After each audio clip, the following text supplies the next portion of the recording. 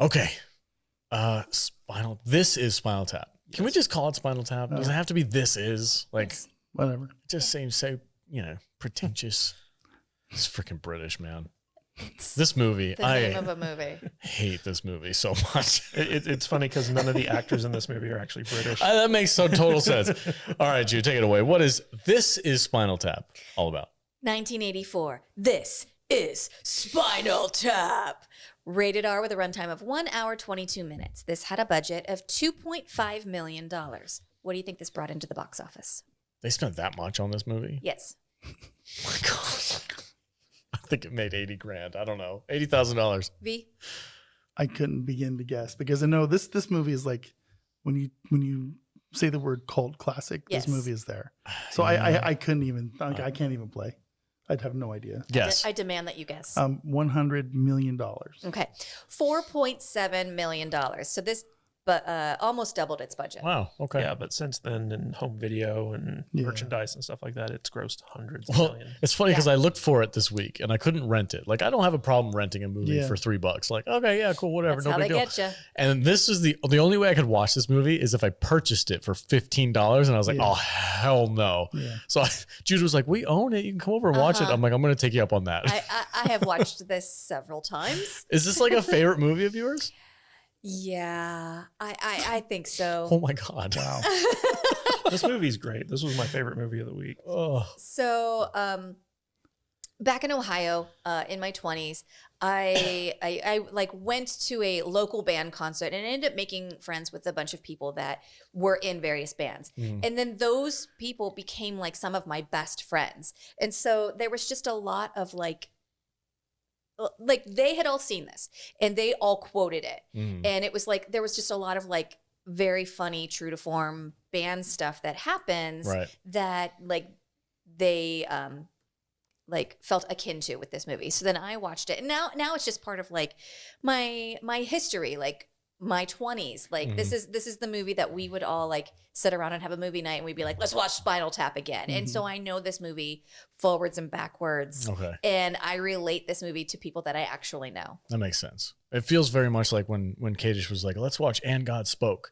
Because it's all like those weird little intricate inner workings of Hollywood. And it's funny to him because he knows people who act like that and it has like that true to form. So it's the same thing for you. That was that weird movie about them making. Yeah, it was a mockumentary about making movies. Oh, I did not like that movie. I know.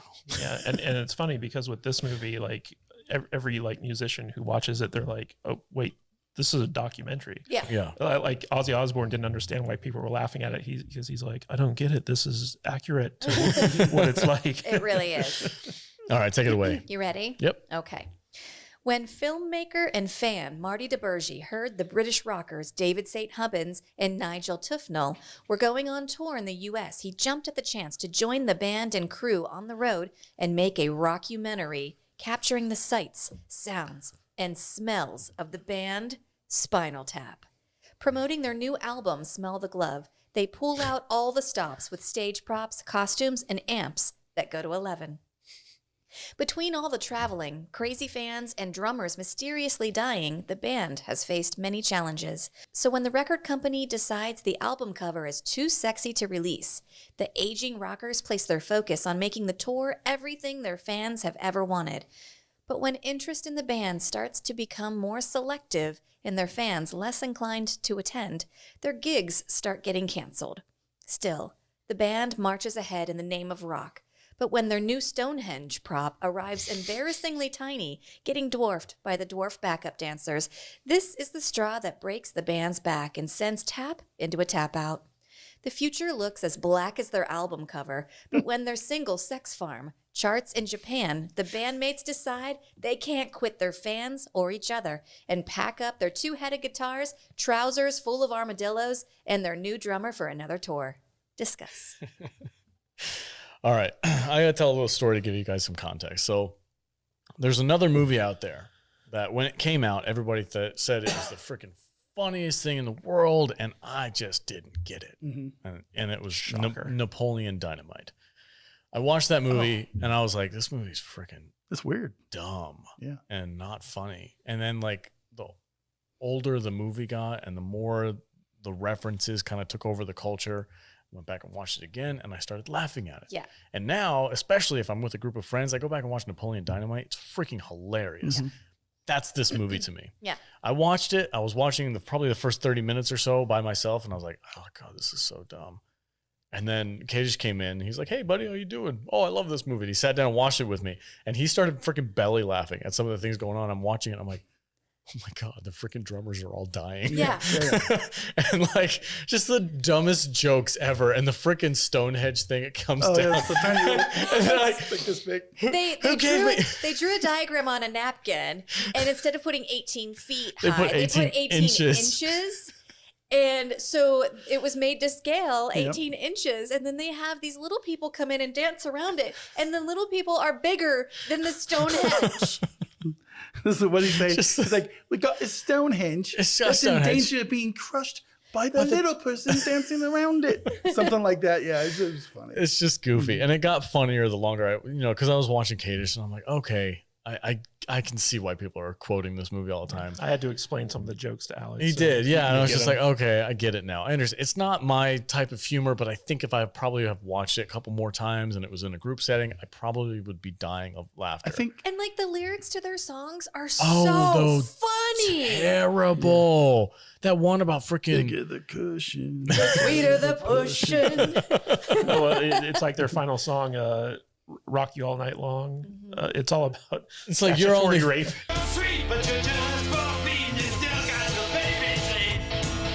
I'm just like, oh my God, I can't believe they put that in a freaking Your movie. baby teeth haven't. It's just bonkers. It's so raunchy and gross, and you're just watching it like, oh my God. But when he's talking about big butts and how Yeah. he's rhyming, like, talk about mud flaps, my girl's got 'em. It's so funny. So ridiculous. and Sex Farm. Sex It's like- Farm. Sex Yeah, farm. I'm and gonna stick my pitchfork in your bale of hay. What is it called? My pink torpedo. Oh yeah, I'm gonna sink you with my pink torpedo. What is there's a band out there that's a real band that does this same kind of songs. Oh, Is it- yeah, we've seen them. What they play here in Vegas all the time. Steel Panther? Is it the Dane Steel Band? Panther. Yeah. Steel Panther. Steel Panther is a real Spinal Tap. They're legit. Yeah. And they're so good. Filthy. Absolutely filthy. Well, it's But kind of they're funny so because funny. throughout the movie they flash back to previous incarnations of the band when like they're basically just chasing fads. So like in the 50s they were like a Buddy Yeah. Holly style Yeah. band. Then like in the 60s they were like the Beatles ripoff, and now like in the 70s they're like glam rockers and stuff like that. And Yeah. Now they're it's butt always so rockers, funny. yeah. Because this was directed by Rob Reiner. It was like his first big movie that he directed, and everyone knows him as like Meathead from All in the Family. And he was originally going to be part of the cast too, but Harry Shearer was like, "Dude, you don't look good in spandex," and so he decided to play like the director role. And basically, around this time, Michael McKean. So he had gone to college with Christopher Guest in New York City, and Michael McKean went on to star in Laverne and Shirley as Lenny. And he was working with Harry Shearer and Rob Reiner on a TV pilot for a sketch comedy show called The TV Show. And basically, he got Christopher Guest to come on, and they played this parody of a rock band called Spinal Tap, and all of them were actual musicians, like they could actually play the guitar and stuff like that. And during the production of the sketch, there was like a weird stage effect that went wrong, and it kind of ruined the take. And instead of cutting, they just started improving, and that's how like they invented the characters of David St. Hubbins and Nigel Tufnell. And when Rob Reiner kind of saw this, they were like, you know what? I think that this could work as its own standalone thing.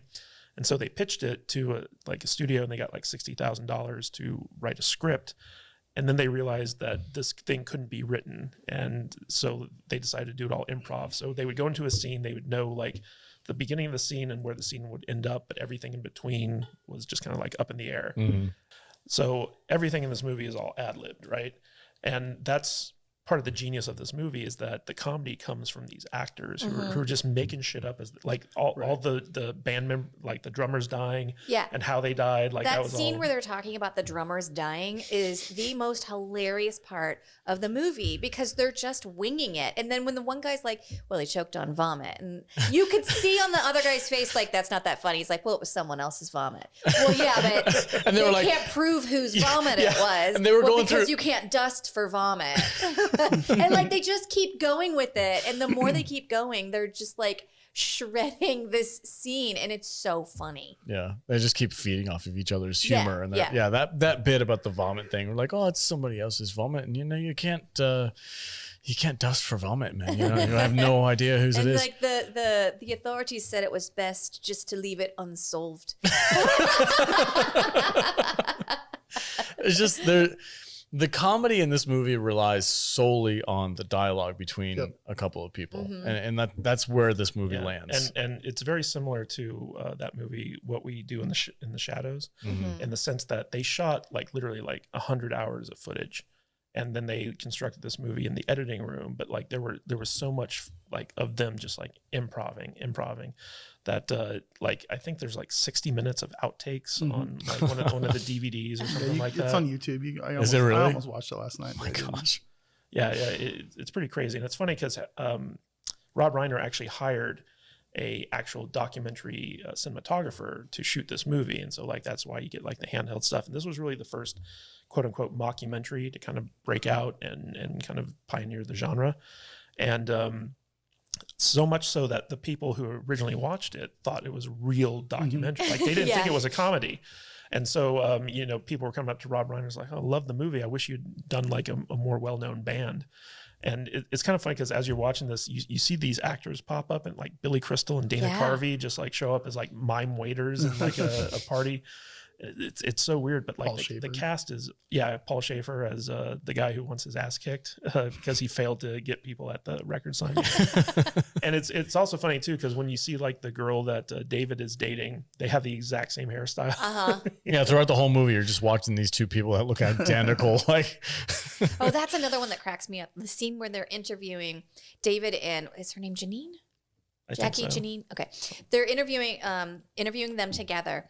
And David St. Hubbins is like, it's so funny because like Janine and Nigel, they're so alike, but like they hate each other. I mean, they don't really hate each other. And she's like, oh yes, no, we love each other. And like, as soon as he like stops talking, she gives him dagger eyes. And she's like, like, and it's just little things like that are so funny and real. Like I've seen people like talking about other people with their like partner next to them and being like, oh, well, yeah, they don't get along. But I mean, it's not like they don't get along. It's just that like they both have so much passion for the band. Trying to play damage control. Yeah. And the partner's like, what the fuck are you telling them? Yeah. And I like how David St. Hubbins was named after an actual Saint Hubbins, who was like the patron saint of quality footwear. Oh my gosh. The scene that I think got me the most, they were under the stage somewhere. They were getting ready and they wanted to go out late. They were like, I want to go out late and make my favorite scene make a big entrance. They go and they find this like maintenance guy. And what made me laugh, because I'm a freaking, I don't know, I guess I'm a handy person. I deal with tools all the time. He's out there with a freaking adjustable crescent wrench, just like turning a pipe randomly that doesn't have anything on it to turn. And he's like, oh yeah, if you just go over here and then you make 2 rights, it'll lead you to the stage. And then they make 2 rights and it leads them right back to them. And he's like, what are you doing? It's like you made a wrong turn. I have a theory that guy didn't even work there. He was just like a homeless dude who was like banging on pipes. Them being lost underneath the stage, trying to find the way to the stage is like one of the most iconic Is it? scenes in the Okay, film. this is my first one. I've never seen it. It's my favorite. It's my favorite scene. Is it? Movie. Yeah. Okay. That's cool. And it's funny because that scene is actually inspired by a video they saw of Tom Petty at a concert in Germany, where he was walking through a series of doors trying to get to the stage, and he ends up on like an indoor tennis court, and he's just like, where am I? So, like, they just kind of spoofed that. And it was also funny because like right before that happened, they had purposely been late to the stage because they wanted people to get riled up and pumped up for their arrival, and then they get lost. So cute. So there was another scene. Do you guys remember how, I think it was either Black Sabbath or Led Zeppelin, I forget which band, they had a thing about wanting to remove all the brown M&Ms from the backstage area. So like based off of that, they did this like little scene where Nigel is upset about this tiny bread. He's complaining about the food backstage. The sandwich bit. The sandwich where they're bit. sitting there like, look, I can't make a sandwich out of this. You know, it's just the bread's too small. Well, you just try to fold the meat. Yeah, but if I fold the meat, then it's not a sandwich, and then the bread breaks, and you look, you can't eat this. And he's like ripping the bread apart. And he takes the olives, and he's like, this one has a little guy in it. This one's got nothing. It's a mess. This is not professional. It's so ridiculous. I think my favorite part of this movie is where DeBurgey is interviewing Nigel in his like little guitar room, and Nigel's like talking about all the guitars and about the amps and stuff like that. Yeah, Yeah. You want to describe that scene, Jude? Well, if for anyone who's just listening to the audio, I'm wearing the These Go to 11 shirt, and I keep referencing it because I knew Alex said he was going to get really annoyed if people kept saying These Go to 11. Oh, it's the most iconic thing from the movie. I did not know it came from this movie. I had no idea. Now you do. So Nigel is showing Rob Reiner all of his guitars and what's special about each one. And there's one that you can't play it, you can't touch it, don't point at it, don't look at it. It can't be played. And then there's another one he picks up and he's like, the sustain, listen. And he's like, well, you're not playing it. And he's like, but if I was, you'd hear the sustain. And he goes over to his amps and he's like, "Oh, these are great amps." And he's like, "Yeah, this one right here, you know, it goes up to 11. If we would just want to get really loud and just blow everybody's minds." And they're like, "Well, why don't you just turn 10 up so that when you're at 10, you're already." I think he's like, make 10-1 louder. "Yeah." And he's like, "But these go to 11." Yeah. And it's funny because if you go on the IMDb movie page for this, where you can rate, and they have like a 10-star rating scale, the Spinal Tap one goes to 11. Yeah, I'm sure. My God. Amazing. Of course it does. Yeah. But it's kind of funny because there's this band called Marillion. I don't know if you ever heard of them before, but they went through 5 drummers in the space of a year over the course of their first 2 albums, and that's where I think they pulled the Spinal Tap gag. Did their drummers die? I think so. Yeah. Oh my God. That's a real thing. Yeah. And it's funny because the guy who plays the drummer in the movie for Spinal Tap, he was actually like a real drummer. And when he auditioned for the movie, he was telling Rob Reiner about all the failed bands he'd been in. And he's like, you're perfect for the part. So he was like an actual drummer. And the keyboardist was also like an actual keyboardist. Wasn't there a scene in this movie where like they were in the middle of a gig and the drummer was going at it, and then just like a puff of smoke comes up? And at the end, he spontaneously combusts. And then it's just like this fat Hawaiian dude who's just going at it. Yeah, the new drummer. That's the new drummer for the Japan tour. Oh my God. I love the scene where they're interviewing the drummer and he's in the bathtub. Yeah. And he's like, well, you know, the law of averages says that, you know, I'm probably going to die. But like, I mean, they can't all die. This movie's so goofy. Yeah, there was another great scene where Harry Shearer, so throughout the movie, they keep showing like his massive wang within his tight pants.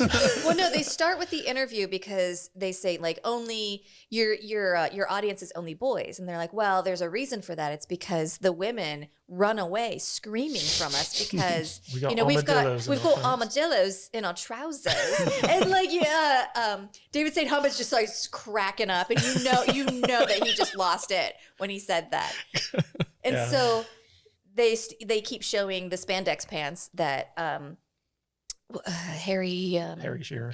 Derek Smalls is the character's name, is wearing, and it's like got this like armadillo shaped dick print in these spandex. But go ahead.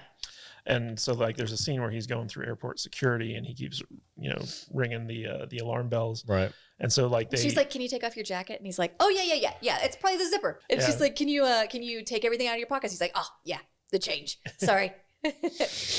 And so eventually they have to take one of those like hand wands, and when she waves it around its crotch, it goes off. And she's like, sir, do you have any fake appendages in your pants? And he pulls out a cucumber wrapped in foil. In tinfoil, yeah. In tinfoil. And everyone laughs at him, and he like just walks away.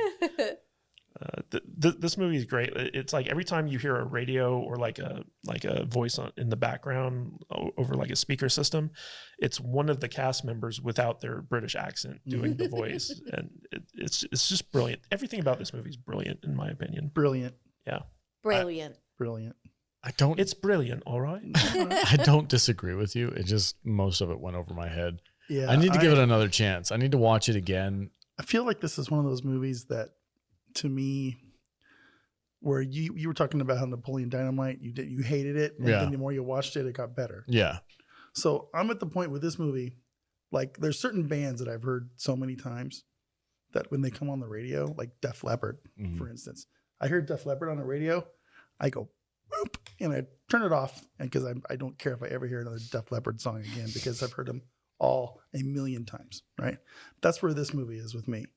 I've seen this movie so many times that it's not funny anymore, and I'm just kind of over it. You know what I'm saying? Yeah, yeah. So I can't. I know it's a good movie. I do. I completely understand that it's a good movie, but at the same time, I'm just like, nah. Just over it. You're over the jokes. So I can't even give it an accurate grade because I know it's good, but I don't like it. I don't like it anymore. Like, how can you watch the scenes where like Harry Shearer gets trapped in the pod on stage and like not laugh? No, I get it. And then like the Stonehenge scene with like the dwarves that come out. Yeah, I mean, I totally understand. I hope you guys get what I'm saying. I do. I totally understand. It's Yeah. just like, it's You've seen it so many times.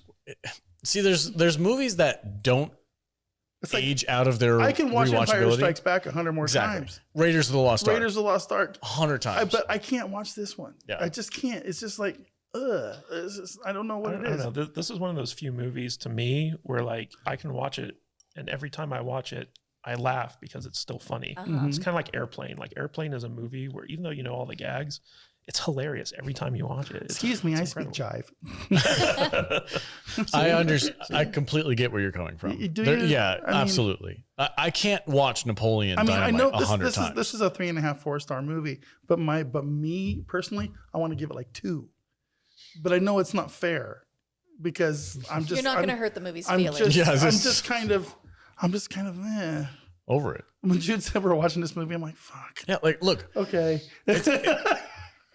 these movies like this, to me, I understand where you're coming Yeah. from. So I'm trying to give it some context. But like movies like this, to me and you, they have an expiration date. We can only watch it so many times. I can only watch Napoleon Dynamite so many times before I just like I go back to that original. God, this is stupid. The jokes don't land anymore because I've heard them too many times. Same thing with like I just watched Blades of Glory. Yeah. Same people as Will Ferrell and John Heder, I think his name is, who plays Napoleon Dynamite. Blades of Glory, funny ass movie. I watched it again recently. Terrible. Doesn't hold up. No. And I'm worried that the same thing's going to be true of Eurotrip because we all kind of liked Eurotrip. No, Eurotrip holds But up. I'm like, I I'm love wondering. Eurotrip. I haven't watched it since we watched it the first time. I'm wondering if I go back and watch it again, if it'll hold up. So like, there is an expiration date. Like you watch these movies so many times, you're like, okay, I get the jokes. Yes, it was a good movie. I loved it when I was younger. I don't need to watch it again. You remember when we first started the podcast, we used to sing Scotty Doesn't Know? Eurotrip's freaking hilarious. I opened my own hotel. Miscuse. Scotty doesn't know. Yeah. Matt Damon, amazing. Matt Damon's amazing in that movie. We're going to, that's my week. That's next week, right? Is like, Is that next week? Yeah. It's teen road trip week. Check that out. I get what you're saying. I understand that this movie is funny. The references that you guys are saying are funny. When I was watching it with Kadish, somehow, this is like a weird alignment of the stars. Kadish sitting there laughing made the movie better for me, which I don't think is normal. No. But I was watching him laugh at these scenes and I'm like, oh yeah, that is kind of funny. It's clever how they do that. And like the ad-libbing. I had to explain why I was laughing. Yeah. I'm like, okay, I get that. But I will say the bit where they were like being like gargoyles with the hoods and they were like Stonehenge in the world of the after prehistoric druids, blah, blah, blah, blah. They did this little monologue and then they're like, And they take themselves so seriously. And in the middle of this freaking guitar solo thing, like Stonehenge comes out and it's like this big. I'll have to send you guys some videos of metal bands that I listen to that are like just straight up Stonehenge type shit. And like before So any of funny. that happened, David St. Hubbins keeps saying like, I don't want to do the bloody Stonehenge. Yeah. But like after one of their concerts, they pan back and you hear somebody in the crowd go, "Play Stonehenge." That was me. I was at a Foo Fighters concert. It's this like really unknown song that they did called "In Your Honor" from Foo Fighters, and I was literally up against the rail. The stage was right here. Dave Grohl is standing 3 feet away from me, and I'm going, "Play In Your Honor." Play Zsa Zsa Ding Dong. I was that dude. He completely ignored me the entire concert. I had that same experience with Megadeth. Did you? I was at the front. What did you want him to play? That's No. I need to hear this story. Come on, we need some life for this podcast. Let's go. There was some stuff that happened at that concert. It's kind of dark. Is it not funny? It's not funny. Oh, okay. I thought it was. But funny. it's in Eugene, Oregon. I'm in the front row. Mm-hmm. I might have been a part of the catalyst that made the retaining wall between me and the stage fall down. And it was pretty brutal. And I'm on the bottom of like 200 people. The band immediately quits playing and bails out of the concert hall. Yeah. And there was some bad stuff that happened to Dave Mustaine later that night at the hotel. Oh no. Yeah. It was not cool. Were you involved? Well, I was on the floor I was on the wall when the wall broke. Okay. I was like leaning, you know how like yeah. You know, there's the retaining there's the gate. wall. Yeah. This is at a fairgrounds. This isn't a concert hall. They got the stage. It's maybe 2 feet higher than everybody else. And there's like this steel retaining wall, and there's like 300 people, and we're all like crushed up against it. And the wall goes boom like that. Oh, I'm on my stomach. Oh, you fell over? I fell over flat on my stomach, and there's all these people on top of me, and all these other people rushing the stage. Dave Mustaine and the boys throw their shit down, run away. It was scary, but yeah, it just. Okay, so right in the middle of Symphony of Destruction. Way to bring it up to 11.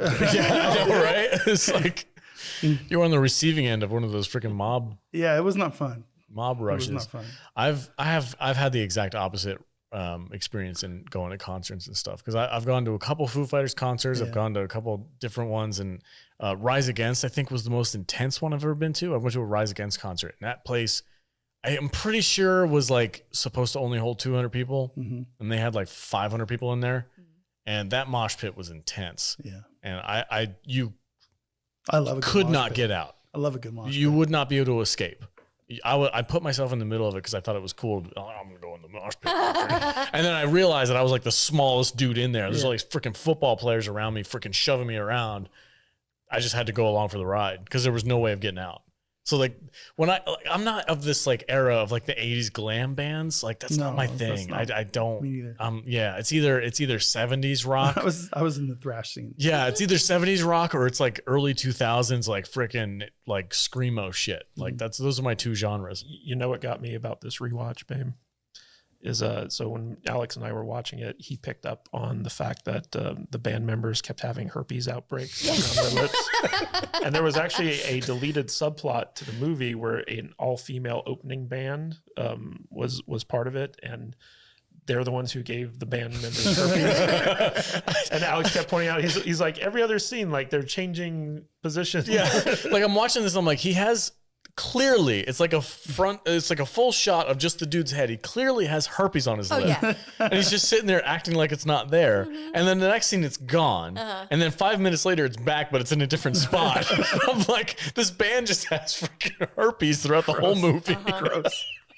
It's just cold sores like popping up randomly. It's so gross. And, all right, let's finish this off. Vader, give it your honest rating. I want to like today. I don't. 2022. Matt Vader 74. Listen, it's a 3.5, 4-star movie. But my brain gives it a 2. So I don't know. I don't know. 3.5, 3. I mean, I don't feel like I can give it a fair rating. Between a 2 and a 4? Between a 3. Okay, we'll give it a 3. Okay. All right.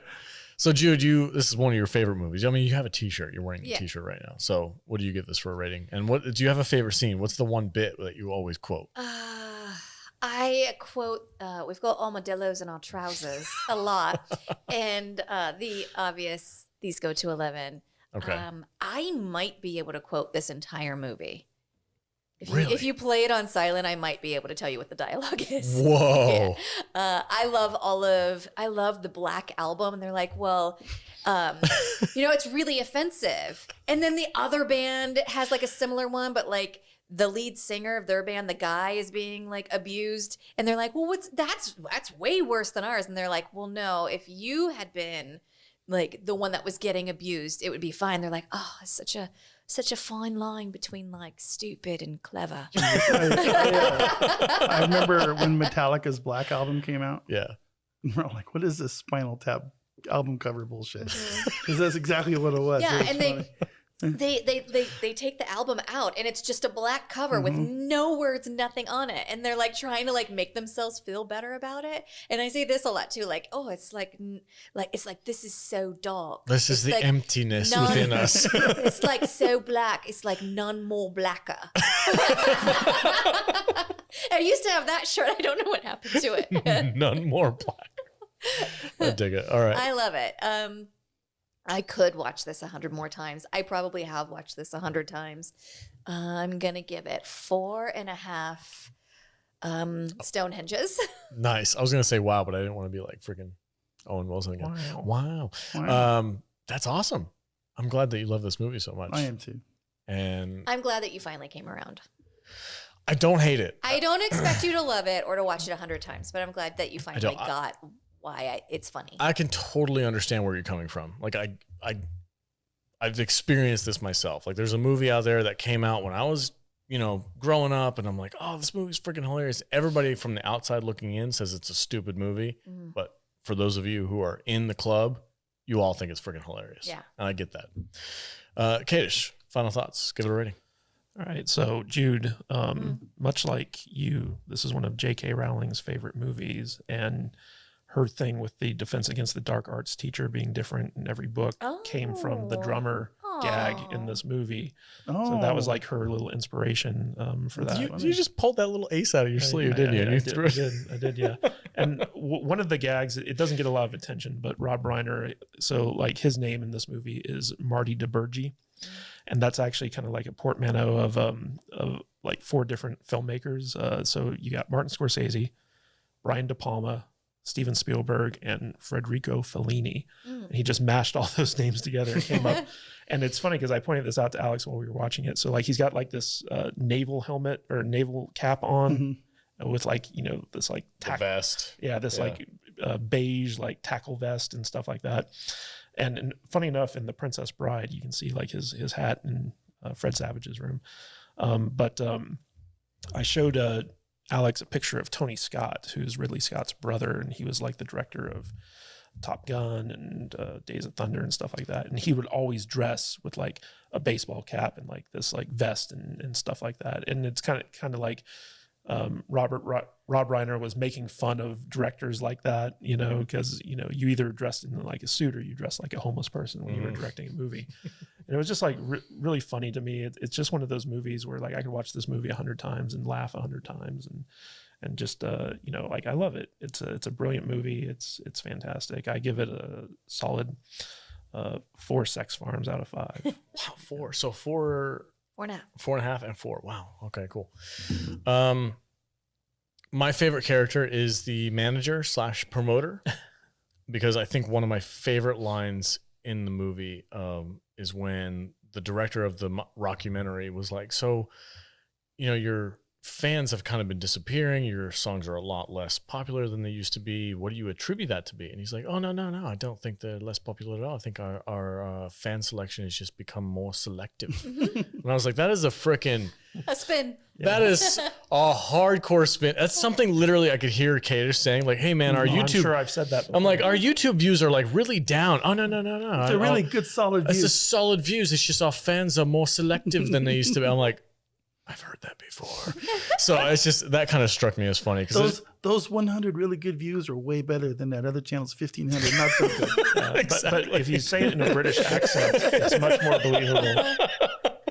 So I just our 50 views. That I think that bit for me was just kind of like a slap in the face of like, this is real and it's happening to you.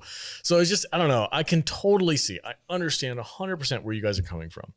It didn't strike me as funny. It's not my type of movie. I think I'd probably have to give it a couple more tries, have some dinner, have some drinks, hang out with Jude and Kadish and watch the movie again, and I'd probably change my rating. As of right now, watching it once for the first time ever, mostly by myself, 2-star movie. Don't like it. Didn't think it was all that I'm funny. going to change my grade now. There was 1 or 2 bits that I thought were really funny, but I will say I want to give this room to grow. So, like, this is a 2. Like an armadillo in your trousers. Like an armadillo in your trousers. I want to give it a 2 right now, but I reserve the right to change that later on if I watched it a couple more times in a different circumstance. Fair enough. Very much like Napoleon Dynamite. Like a silo rising from the field. Like a red rocket. Like a pink torpedo. Pink torpedo. Yeah, it's I'm going to give it a 2 right now, but that might change. So